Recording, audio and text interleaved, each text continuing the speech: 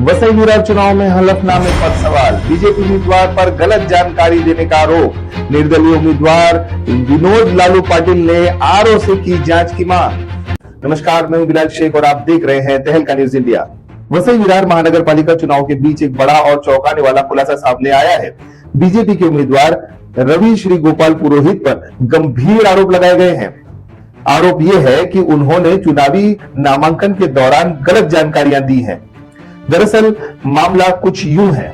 10 जनवरी 2026 को विरार वेस्ट क्षेत्र से निर्दलीय उम्मीदवार विनोद लालू पाटिल ने रिटर्निंग ऑफिसर यानी आरओ के पास एक लिखित आवेदन दायर किया।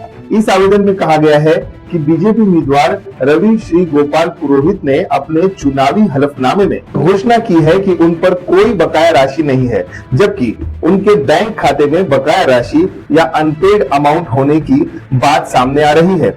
अगर ये जानकारी सही है तो क्या जन प्रतिनिधित्व कानून का सीधा उल्लंघन नहीं है? जब नामांकन पत्र में एक अल्फाबेट की भी गलती तुरंत पकड़ी जाती है तो फिर इतनी बड़ी जानकारी जांच से कैसे बच गई? और उससे भी ज्यादा चौंकाने वाली बात, 10 जनवरी को विनोद लालू पाटिल के ओर से आवेदन देने के बावजूद अब तक रिटर्निंग ऑफिसर की ओर से कोई जवाब नहीं आया है।